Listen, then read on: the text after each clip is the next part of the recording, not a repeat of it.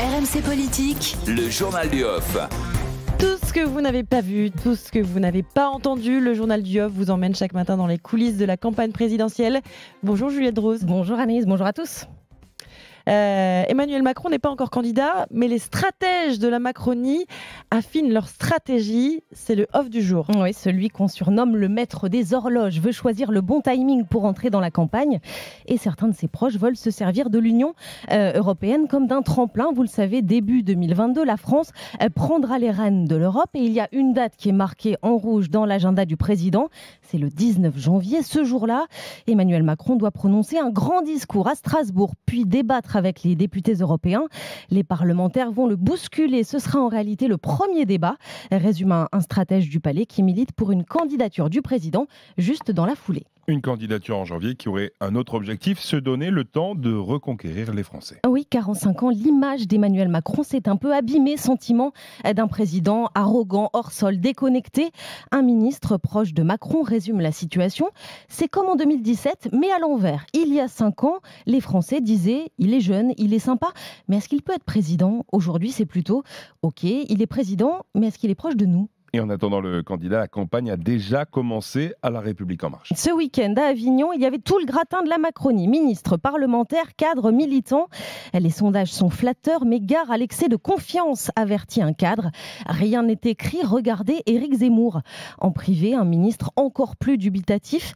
Cette fois, Macron et le sortant, c'est vraiment différent. Être réélu, personne ne l'a jamais fait.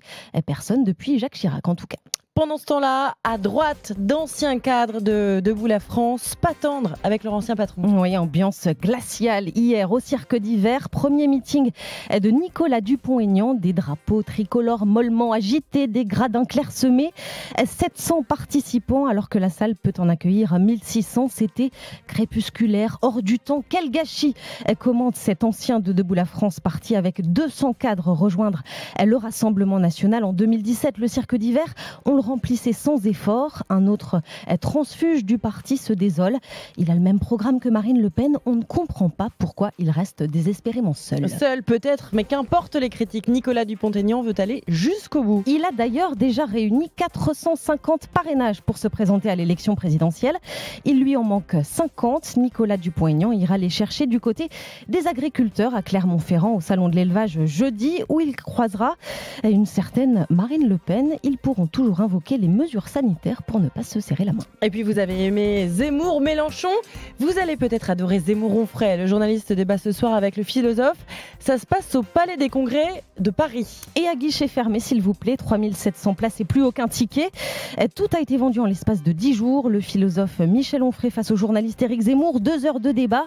Les temps de parole seront chronométrés. Il sera question sans surprise d'islam, d'immigration, de sécurité, mais aussi on a d'économie, de questions sociales, de féminisme. Ça, on a peut-être moins l'habitude. Oui, on a l'occasion pour Éric Zemmour de muscler son bras gauche. Ça, c'est un de ses soutiens qui ose le dire. Un soutien qui espère rallier les souverainistes de gauche proches de Michel Onfray. Avant ça, il y a un autre rendez-vous. Ça se passe sur RMC. Éric Zemmour, invité des GG tout à l'heure à 9h12. Rendez-vous à ne pas rater. Merci beaucoup Juliette Drose et à demain. À demain.